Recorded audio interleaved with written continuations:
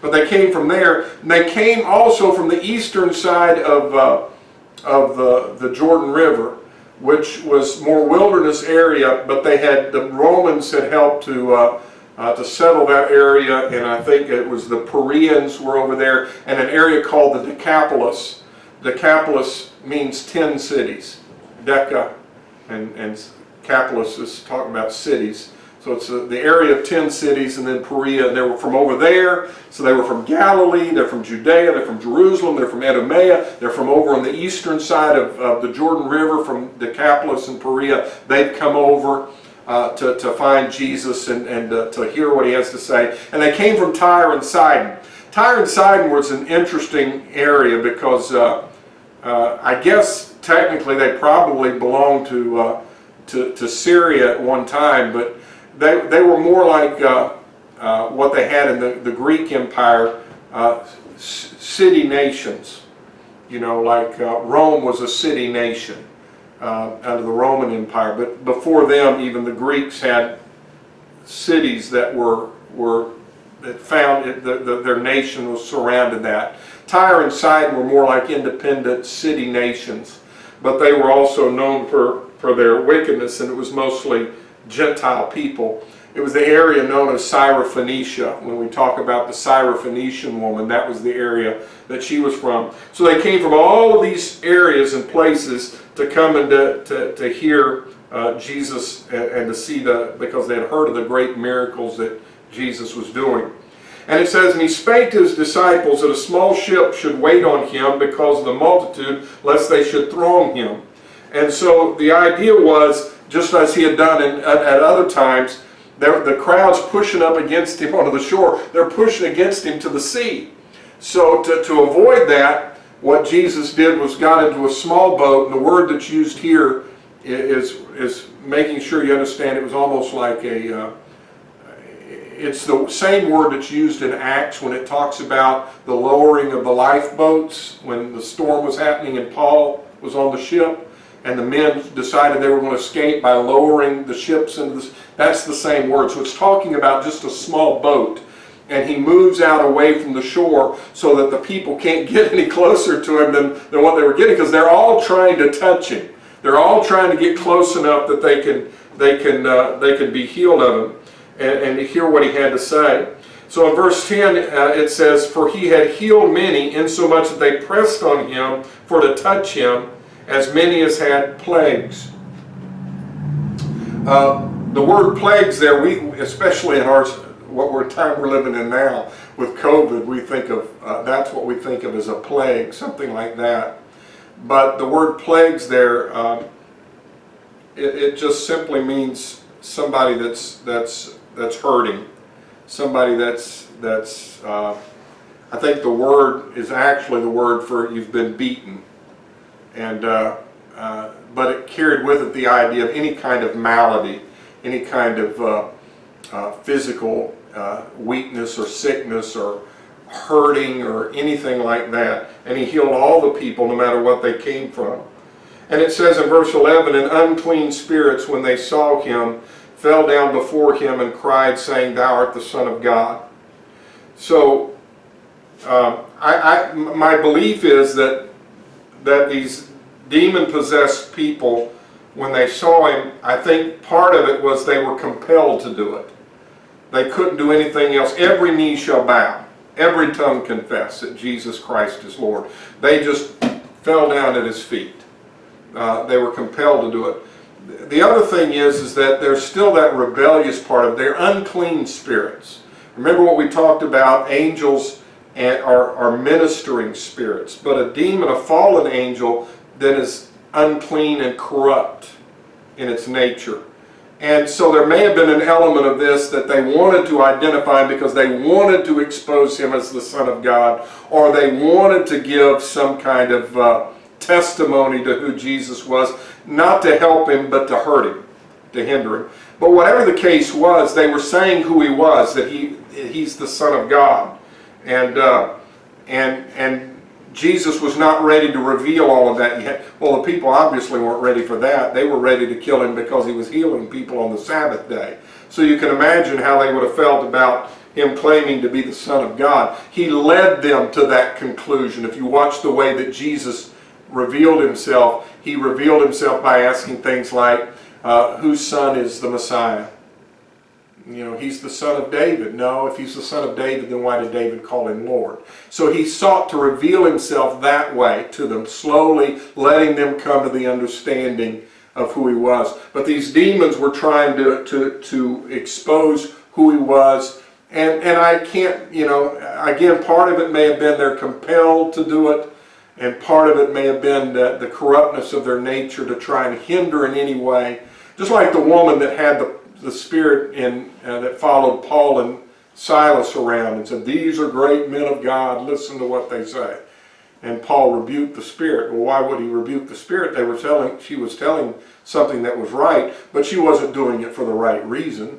She was trying to hinder Paul and Silas by being a person that everybody knew had an unclean spirit, giving testament to what they were doing. And so it may have been something to do with that too. But he straightly charged them that they should not make him known. In other words, hold your peace. Don't say another word. And he had that power. And he's going to talk about that in a minute. His power, or a little bit, we may not get into it tonight, but he talks about in a minute how that he controlled these spirits. And they did what he said to do. And so then it goes on in verse 13, it says, he goeth up into a mountain and calleth unto him whom he would, and they came unto him, and he ordained, or the word ordained there is appointed. We use that word ordain, but the word ordained simply means to appoint. And he appointed 12 that they should be with him, and that he might send them forth to preach, and to have power to heal sicknesses and to cast out devils. So he gave them power. That word power there, verse 15, is the word exousia, which means authority. He gave them authority to cast out devils. You know, it's in some places the Bible talks about God has given us dunamis, where we get our word dynamite from, gave us power. And then other places it'll say gave us power, but the word is exousia, which is authority. I explain it this way. If a policeman, in fact I had this happen today, I came up on a school crossing and a policeman comes out and he just stands there and holds out his hand. Well, the reason why everybody stops is a policeman just told you to stop. And he has authority behind him. You better listen to what he says. It's no ordinary person. They have authority. And I said, that's authority. And him standing there, that's demonstrating authority. But power would be if he's standing on top of a tank with a barrel pointed at you, and he holds out his hand and says stop. Now he not only has authority, but he has power behind the authority. And so the Bible tells us God gives us both of those things. It says he had gave them power to heal sicknesses and to cast out devils. Gave them authority to do that. The word heal sicknesses is not actually in this particular passage. It was added by the translators, probably because in the parallel scriptures it mentions that. It mentions healing sicknesses. So the one who was transcribing or translating Mark adds that in there, probably because it's added in these others. It doesn't do harm. It actually enhances what was actually going on there.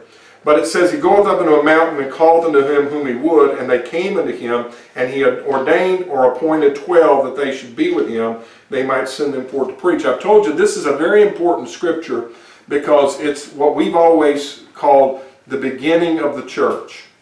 And the reason why we say it's the start of the church is because not only because he appointed leaders and apostles, but because he ordained 12. He ordained 12. Why 12? That's an unusual number. Why not 5? Why not 10? Why not 15? Those would be more round numbers. You know, why 12? And it wasn't saying, well, you know, that was just an arbitrary number. He just happened to choose 12. No, it was important enough that when Judas committed suicide and they had 2 legitimate candidates to take his place, they said, we can only choose one. There must be 12. They knew Jesus chose 12 for a reason. And the reason is because there were 12 tribes of Israel. And what it's telling you is that by choosing 12, he is reforming Israel. And that's what the church is. The church is a holy nation that's been reformed, and he's using 12, and it's starting in the exact same way as it was started in the Old Testament with Jacob had 12 sons, and they became the patriarchs of the 12 tribes of Israel. And so he's appointing 12 to be with him. Why is he wanting them to be with him? What does it mean? It means that he wants them to be with them all the time. So John writes later on, that which we have seen, that which we have heard, that which we have felt with our hands. They were there with him. He wanted them. And Jesus says it in John 17. He said, I've given them thy word. And that's what he was doing. He was giving the foundation members of the church, he was giving them his doctrine to pass on to the rest of the world. And so everybody, remember what it says in Acts after Jesus is left and they've been filled with the Holy Ghost. They continued steadfastly in the apostles' doctrine. And so they were listening to what the apostles told them. Jesus has given them the word, and then they're to give the others the word. That was their commission to do that. And so he gives them not only that, but he not only wants them to be with him, but he wants to send them forth to preach. The word preach is to herald, which carries with it then the idea that of proclaiming something. You know, in the Old Testament, where it talks about in Isaiah, how beautiful upon the mountains are the feet of them that bring good news, that proclaim glad tidings. That it's the messenger heralding what's going on. And so when we talk about preaching, it's heralding, and it's what it's doing is it's bringing the news. It's bringing the good news, just like in Isaiah. He's bringing news from the battle. And it's great when he comes and brings glad tidings of peace. Everything's great. We've won the battle. Everything's going to be great. And so when it says that he ordained them to be with him and then to preach, it's carrying with it the idea of evangelizing, the idea of proclaiming the gospel of the kingdom. He didn't say to send them forth to teach, but to preach, to proclaim the kingdom, which is what the beginning of it all is evangelism, and then you teach on top of that. But so that was the goal, was to have them be with him, that they might be with him, that he might invest in them, that he might send them forth to preach, to proclaim the word, and he gave them authority to heal sicknesses and to cast out devils. So then it begins to talk about who these 12 are. And we'll talk about these 12 and then probably close out after that. But it says, it names them. It starts out, and Simon he surnamed Peter. So at the time, especially in Jewish society, you had several names that were common. They passed them on from father to son and grandfather to son, and you know, so that their names, there were family names, but you went by one name. And so to distinguish you, it would say Simon Bar Jonah, which meant Simon the son of Jonah. That was his dad's name. And but Jesus told Peter, I'm going to call you Cephas in the Aramaic, but in the Greek it was Petra, which is both mean the rock or the stone. And it was in comparison to Simon, which Simon's name, the name meant a reed. And he says, you're a reed, but I'll make you a rock. You know, you're wave. Remember what Jesus said, a reed shaken with the wind? But he says, but I'm going to make you a rock. I'm going to make you a stone. And so Simon, that became his surname. My surname's Sullivan, right? Kelly, Gardner, you know, Davis, Martinez. Let's throw people off that are watching on the internet. Trump, Biden, you know. We'll make them think they showed up at our church service tonight. But Peter, they would call him then, from then on, Simon Peter. Simon the Rock. And then as we go along, we'll talk a little bit about what happened to these guys. Simon Peter, we know about Peter's ministry. Tradition says that Peter was crucified upside down under Nero because they were going to crucify him, and tradition says he said, "I'm not worthy to die the same way as my Lord." And so they crucified him upside down. And there's a reason why I'm telling you some of this, you know, and some of it is tradition. It's not written in the Bible, so, but it's tradition that's been handed down. The second one it mentions in James, the son of Zebedee. James was the one, there was three prominent Jameses in the Bible. There was this James, who was the brother of John, another one of the apostles. Then there was another James that it mentions here. We call him, well, Bible scholars call him James the Less. Here it calls him James the son of Alphaeus. I'll mention him in a moment. But then there's another James, which was the half-brother of Jesus, that became the James they talk about in Acts 15.